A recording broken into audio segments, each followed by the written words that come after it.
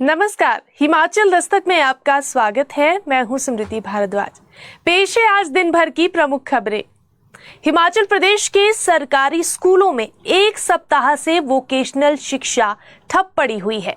जो वोकेशनल शिक्षक हैं वो निजी कंपनियों को बाहर का रास्ता दिखाने और साथ ही नीति निर्माण की यहां पर मांग कर रहे हैं। आज 7वां दिन था और 7वें दिन भी वोकेशनल जो शिक्षक हैं उनका प्रदर्शन जारी रहा। शिमला के चौड़ा मैदान में शिक्षक 7वें दिन भी धरने पर डटे रहे। महिला शिक्षक अपने छोटे बच्चों के साथ धरने पर बैठी हुई हैं। वहीं शिक्षकों का कहना है कि अगर उनकी मांगे पूरी नहीं होती है, ये प्रदर्शन अनिश्चित काल तक जारी रहेगा। वोकेशनल शिक्षकों ने सरकार को चेतावनी देते हुए कहा है कि उनका ये धरना उस समय तक जारी रहेगा जब तक उन्हें लिखित में कोई आदेश नहीं मिलता।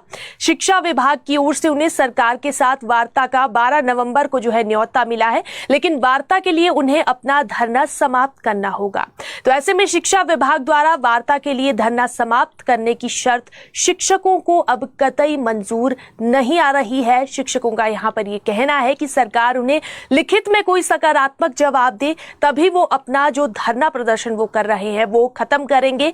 प्रदेश में 2174 वोकेशनल टीचर्स हैं जो कि 1100 स्कूलों में अपनी सेवाएं दे रहे हैं। वहीं हिमाचल प्रदेश के वोकेशनल टीचर्स को प्राइवेट कंपनियों के जरिए सेवाओं पर रखा गया है।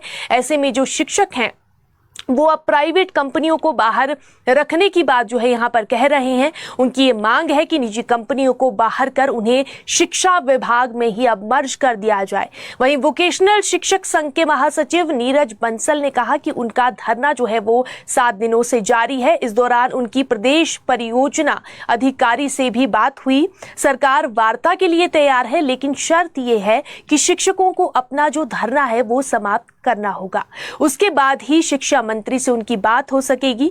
नीरज बंसल ने कहा कि उन्हें सरकार और विभाग की ये शर्त बिल्कुल भी मंजूर नहीं है। अगर वार्ता होगी तो बिना शर्त के सरकार उन्हें वार्ता का न्योता दे, अन्यथा ये जो धरना है वो अनिश्चित काल के लिए जारी रहेगा। वहीं सीएम सुखविंदर सिंह सुक्खू ने कांग्रेस के वरिष्ठ नेता राहुल गांधी का समर्थन किया है। दरअसल राहुल गांधी ने बाजार पर कुछ कंपनियों के एकाधिकार को लेकर चिंता जताई है और सीएम सुक्खू ने कहा कि राहुल गांधी की चिंता वो आलोचना नहीं है बल्कि एक बड़े और आवश्यक परिवर्तन की मांग है। उन्होंने कहा कि कांग्रेस की विचारधारा सभी नागरिकों को समान अवसर उपलब्ध करवाने की है। उन्होंने ये भी कहा कि राहुल गांधी ने इस गंभीर मुद्दे को स्पष्ट और साहसिक रूप में देश के समक्ष रखा है। बाजार में यदि स्वस्थ प्रतिस्पर्धा होगी तो कीमतें भी नियंत्रित रहेंगी और उपभोक्ताओं को भी बेहतर सेवाएं और उत्पाद मिलेंगे। उन्होंने कहा कि केंद्र सरकार को इस संवेदनशील मुद्दे पर दलगत राजनीति से ऊपर उठकर देश हित में विचार करना चाहिए। उन्होंने कहा कि राहुल गांधी द्वारा कुछ बड़े कॉरपोरेट समूहों के एकाधिकार को लेकर उठाए गए सवाल देश के हर नागरिक के कल्याण के लिए आवश्यक है। राहुल गांधी ने बड़ी कंपनियों की तुलना ईस्ट इंडिया कंपनी से करते हुए कहा है किस प्रकार का एकाधिकार देश की अर्थव्यवस्था और सामाजिक संरचना के लिए बेहद ही खतरनाक साबित हो सकता है। सीएम ने कहा कि राहुल गांधी देश की आवाज है, उनकी चिंताएं हर नागरिक के हित में है। तो केंद्र सरकार को इस मुद्दे पर सकारात्मक दृष्टिकोण अपनाते हुए देश की जनता के हित में नीति निर्माण करना चाहिए और आर्थिक असमानता को खत्म करने के लिए ठोस नीतियां वो अपनाई जानी चाहिए। वहीं हिमाचल प्रदेश हाईकोर्ट ने चिट्टा तस्करी के आरोप में जेल में बंद आरोपियों को जमानत देने पर यहां पर सख्त रुख अपनाया है। अगर चिट्टे के धंधे में संलिप्त लोगों को जमानत पर जल्द छोड़ा जाएगा तो समाज में गलत संदेश जाएगा। न्यायाधीश संदीप शर्मा की अदालत ने निचली अदालत को कहा है कि जिन आरोपियों की चिट्टा मामले में जमानत नहीं हुई है उन मामलों की सुनवाई को प्राथमिकता में लें। अदालतें ट्रायल में ही देरी ना करें और समय सीमा के अंदर वो फैसला सुना दें। वहीं हाई कोर्ट ने 3 अलग अलग मामलों में आरोपियों को जमानत देने से इनकार करते हुए याचिका को यहां पर खारिज कर दिया है। वहीं न्यायाधीश संदीप शर्मा की अदालत ने 3 अलग अलग मामलों को खारिज करते हुए ये फैसला दिया है।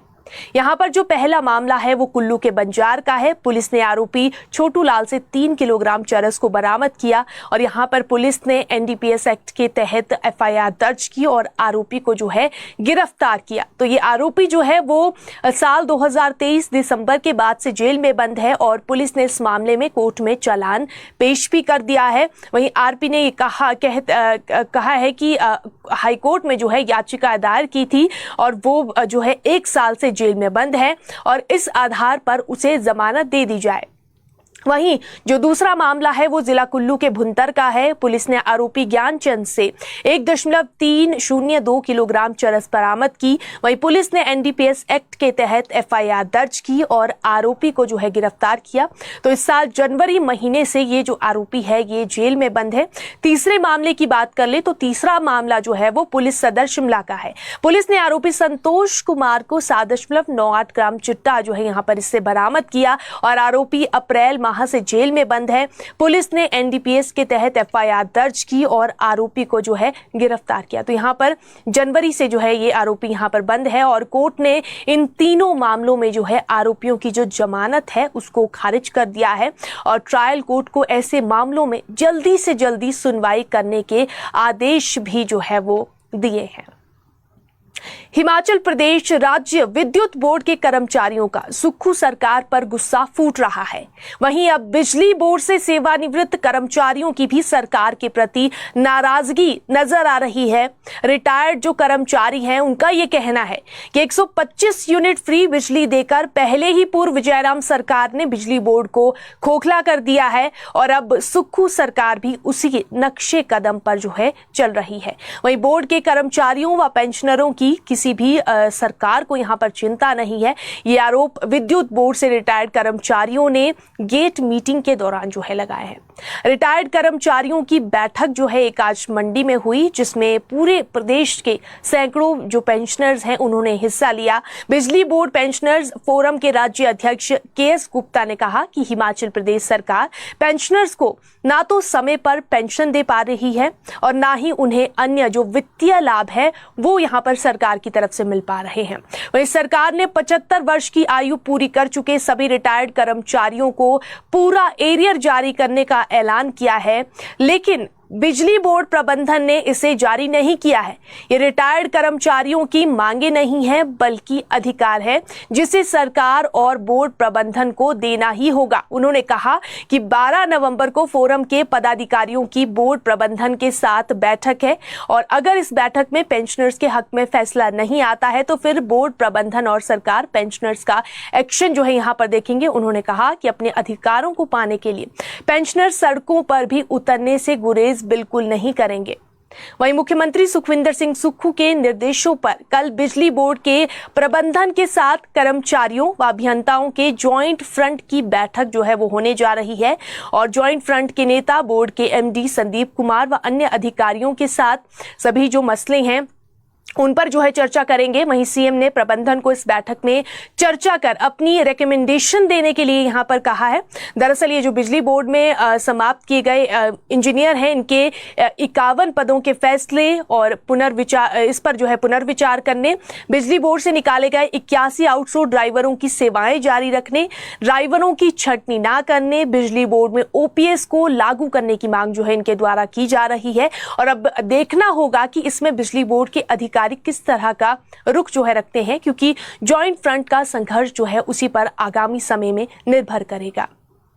पूर्व मुख्यमंत्री एवं नेता प्रतिपक्ष जयराम ठाकुर ने कहा कि प्रदेश सरकार अगर अच्छा काम करती है तो हम अभिनंदन भी करेंगे, लेकिन अगर ऐसे ही गलत निर्णय लेती रही तो जहां टोकना होगा वहां टोकेंगे भी जरूर। जयराम ठाकुर आज मंडी दौरे पर थे। उन्होंने कहा कि मुझे आज जो दायित्व मिला है उसके निर्वहन के लिए जनता की आवाज बनकर सरकार के हर उस फैसले का विरोध करना है जो जनता के खिलाफ हो। विपक्ष का काम ही सरकार को गलत करने से रोकना है। सरकार अच्छा करती है तो उसका हम स्वागत भी करेंगे, लेकिन दुर्भाग्य से ये सरकार निर्णय ही गलत ले रही है, जिससे इनकी किरकिरी खुद जो है इनके कामों से जो है यहाँ पर हो रही है। वहीं जयराम ठाकुर ने कहा कि हिमाचल प्रदेश में मुख्यमंत्री सुक्खू से जुड़े समोसा विवाद की चर्चा देश ही नहीं बल्कि अंतर्राष्ट्रीय मीडिया में भी जो है इसकी चर्चा शुरू हो गई है, जिससे अब अंतर्राष्ट्रीय स्तर पर भी प्रदेश सरकार की किरकिरी हो रही है। नेता प्रतिपक्ष ने कहा कि देश के बाद विदेशी मीडिया ने भी हिमाचल प्रदेश का जिक्र करते हुए समोसा की सीआईडी जांच की खबर को दर्शाया है, जिससे सीएम सुक्खू से जुड़ा समोसा विवाद का ये मुद्दा अब देश ही नहीं बल्कि विदेश में भी चर्चा का विषय बना हुआ है। उन्होंने सीएम सुक्खू को घेरते हुए कहा कि प्रदेश सरकार अपनी प्राथमिकताओं को पीछे छोड़ बिना मतलब की बातों में उलझी हुई है। यही कारण है कि आज ये मुद्दा सभी जगह मजाक का विषय बना हुआ है। हिमाचल प्रदेश में नई पंचायतों का गठन किया जाएगा। अगले साल पंचायती राज संस्थाओं के चुनाव से पहले नई ग्राम पंचायतें बनाई जाएंगी। इससे पहले जो है पंचायतों का पुनर्सीमांकन भी होगा। सरकार ने सभी डीसी से जो है वो प्रस्ताव मांगे हैं। और हिमाचल की बात करें तो हिमाचल में अभी 3615 ग्राम पंचायतें हैं। नई पंचायतें बनी तो कई पंचायतों की जो सीमाएं हैं वो भी जो है बदलेंगी। इनका नए सिरे से पुनर्सीमांकन जो है वो किया जाएगा। त्रिस्तरीय पंचायत राज प्रणाली के चुनाव दिसंबर 2025 में प्रस्तावित हैं और इसकी जो तैयारियां हैं वो अभी से ही शुरू हो चुकी हैं। तो पिछली बार भी पंचायत चुनाव से पहले जो है साल 2020 में 412 नई पंचायतें बनी थी और उसके बाद पुनर्सीमन की प्रक्रिया चली, जिसमें कुछ पंचायतें जो है वो नगर निकायों में मर्ज भी हो गई थी। ऐसे में जो नई 389 पंचायतें उनकी जो है वो बढ़ोतरी दर्ज हुई है और नई बनने से पहले पंचायतों की संख्या 3226 थी। तो पिछले दिनों पंचायती राज निदेशालय ने सरकार को एक पत्र भी भेजा था। इसमें पूछा गया था कि नई पंचायतों का गठन किया जाना है या नहीं। अगर किया जाना है तो इस प्रक्रिया को समय रहते शुरू करना होगा। तो इसी पर सरकार अब सभी डीसी से प्रस्ताव मांग रही है। उधर रामपुर बुशहर अंतर्राष्ट्रीय लवी मेले के लिए पूरी तरह से सज गया है। कल से इसका आगाज होने जा रहा है। मेले का उद्घाटन राज्यपाल शिव प्रताप शुक्ल करेंगे। प्रदेश के मुख्यमंत्री सुखविंदर सिंह सुक्खू बतौर मुख्य अतिथि मौजूद होंगे। 4 दिन तक यहां पर सुरों की महफिल के साथ साथ खरीद फरोख्त का सिलसिला शुरू हो जाएगा। पहली सांस्कृतिक संध्या कुलदीप शर्मा के नाम रहेगी। वहीं दूसरी सांस्कृतिक संध्या में पंजाबी गायक अमृत मान जो है वो धमाल मचाने वाले हैं। 13 नवंबर की बात करें तो 13 नवंबर को पहाड़ी तड़का जो है यहाँ पर लगेगा, जिसमें कि जो पहाड़ी गायक हैं अशोक पालसरा, डिम्पल ठाकुर, राजीव शर्मा, तांत्रा बॉयज के नाम जो है यहाँ पर प्रस्तावित हैं। 14 नवंबर को महालक्ष्मी अय्यर और श्रीराम अय्यर अपनी आवाज से सभी का मनोरंजन करेंगे। तो मेले की सुरक्षा को चाक चौबंद रखने के लिए पुलिस कर्मियों की तैनाती भी कर दी गई है और लवी मेले की लिए देश विदेश के व्यापारी रामपुर बुशहर पहुंच गए हैं। वहीं पाट बंगला मैदान में सभी महकमों व निगम बोर्डों ने अपनी अपनी जो प्रदर्शनियां हैं वो भी यहां पर सजा दी है। किन्नौरी मार्केट के अलावा तिब्बती मार्केट, बुशहरी मार्केट व मनोरंजन स्थलों को भी पूरी तरह से जो है वो तैयार किया गया है। तो आज शाम से रामपुर में ट्रैफिक के नए नियमों को लागू कर दिया गया है। किन्नौर की तरफ से जो बड़े वाहन हैं उनको खनेरी में व शिमला की तरफ से आने वाले जो वाहन हैं उनको वजीर बावड़ी के समीप दोपहर के चलने पर जो है यहाँ पर पूरी तरह से प्रतिबंध लगा दिया गया है। तो ये नियम जो है आज से ही लागू हो गए हैं। वहीं हिमाचल में अब टैटू आर्टिस्टों की मुश्किलें बढ़ सकती हैं। हिमाचल प्रदेश राज्य एड्स कंट्रोल सोसाइटी टैटू सेंटरों के आर्टिस्टों के साथ एक बैठक करने वाली है। सबसे पहले शिमला के जो आर्टिस्ट हैं यहाँ का डाटा निकालकर उनके साथ एक बैठक की जाएगी। प्रदेश सरकार राज्य एड्स कंट्रोल सोसाइटी के राज्य कार्यक्रम अधिकारी डॉक्टर ललित ठाकुर का कहना है कि जो आर्टिस्ट हैं उनको बीमारी से बचाव को लेकर जो है जागरूक किया जाएगा। टैटू सेंटरों में कई बार ऐसे कस्टमर आते हैं जो कि HIV पॉजिटिव होते हैं और अगर जो आर्टिस्ट है वो पॉजिटिव व्यक्ति की सिरिंज को किसी दूसरे में इस्तेमाल करते हैं तो उसके फैलने का खतरा जो है वो अधिक होता है। तो वहीं सोसाइटी का कहना है कि पिछले 2 सालों में एक भी ऐसा केस सामने नहीं आया है जिनमें किसी मां से उसके बच्चे में ये बीमारी जो है वो फैली हो। लेकिन अब टैटू आर्टिस्टों को सावधानी बरतनी जरूरी होगी। बिलासपुर में किरतपुर नेरचौक 4 लेन पर एक टैक्सी से पुलिस ने 5 किलो 787 ग्राम चरस की खेप पकड़ी है। आरोपी जीवन सिंह कुल्लू का रहने वाला है। ANTF कुल्लू की टीम ने किरतपुर नीरचौक 4 लेन पर टनल नंबर 2 थापना के पास नरली में नाका लगाया हुआ था और यहां वाहनों की चेकिंग जो है पुलिस द्वारा की जा रही थी। पुलिस ने पंजाब की टैक्सी को चेकिंग के लिए रोका तो इसमें सवार व्यक्ति बुरी तरह से घबरा गया। वहीं तलाशी के दौरान इसके कब्जे से 5.787 चरस जो है वो ग्राम चरस जो है वो बरामद की गई है। वहीं पुलिस ने मामला दर्ज कर आगामी कार्रवाई जो है इस मामले में शुरू कर दी है। इसके अलावा मंडी में पुलिस ने चरस की बड़ी खेप बरामद की है। पहले मामले की बात करें तो पहले मामले में पुलिस ने बस सवार एक महिला से 2.514 किलोग्राम चरस पकड़ी है। ये महिला रात करीब 12 बजे मनाली से दिल्ली की तरफ एक निजी वॉल्वो बस में जा रही थी। ये आरोपित आरती नेपाल की रहने वाली है। पुलिस ने इसे हिरासत में लेकर रिमांड पर जो है भेज दिया है। वहीं दूसरे मामले में BSL थाना पुलिस ने नाके के दौरान मनाली से चंडीगढ़ जा रही हरियाणा रोडवेज की बस में रखे एक बैग से 1.5 किलोग्राम चरस जो है वो बरामद की है।